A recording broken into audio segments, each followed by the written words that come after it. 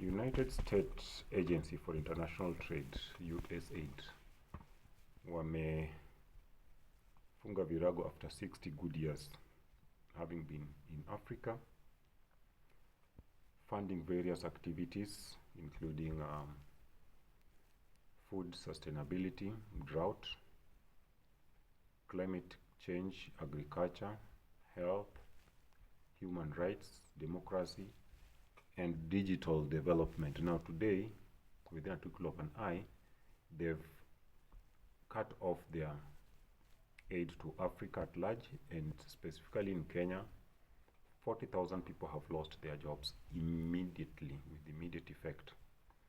And it's not that it's something so painful, something that require us as a country to, rethink and strategize how well we are able to sustain ourselves without their aid. However, it's not going to be easy.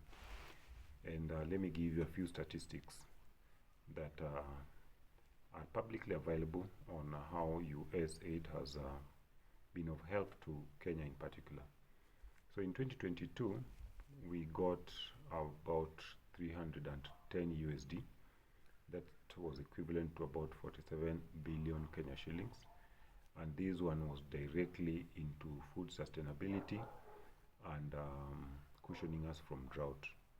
Then we also got this, last year we got, that is 2024, we got about 52 billion, that is about 395 USD.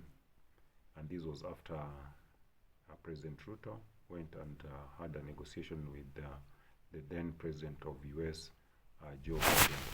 And that money was coming directly to fund many other things, including those that I had mentioned before.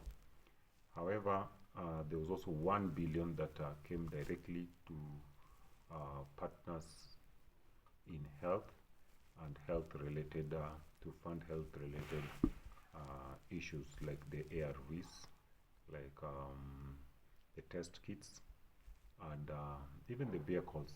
So today, as a country, we are trying to struggle with the thought of how we are going to probably move on after the USAID fund has been cut off. Though they say it's going to be cut off for about 3 months, but I can tell you it's not going to be, it might extend beyond 3 months, because it's subject to what their audit is going to show them. And one area that is not featuring much, and it's impacted so heavily, is education.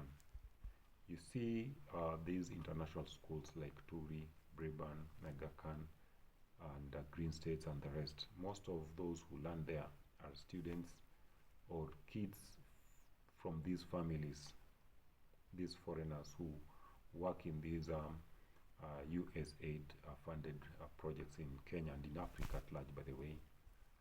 And today, the government of US gave them an ultimatum of 30 days to report back to their country. So the net effect is that you'll find that a class of 20 in Turi or Breban or wherever will reduce to 2. So the question is, how are they going to sustain that school? How are they going to ensure that that school, because those schools are very expensive, and even in running those schools, it's not cheap. They heavily fund those schools to meet the international standards. So those international students have gone. So where are we? Tumebaki wapi? It's not going to be easy. Life is going to be a bit hard. So let us pray for our nation, but end of day, I think he also gives us an opportunity to reflect back and see how we can sustain ourselves without those aids, because ultimately, sisi ni Kenya huru. So it's not going to be easy, but I'm sure we can find a way around it.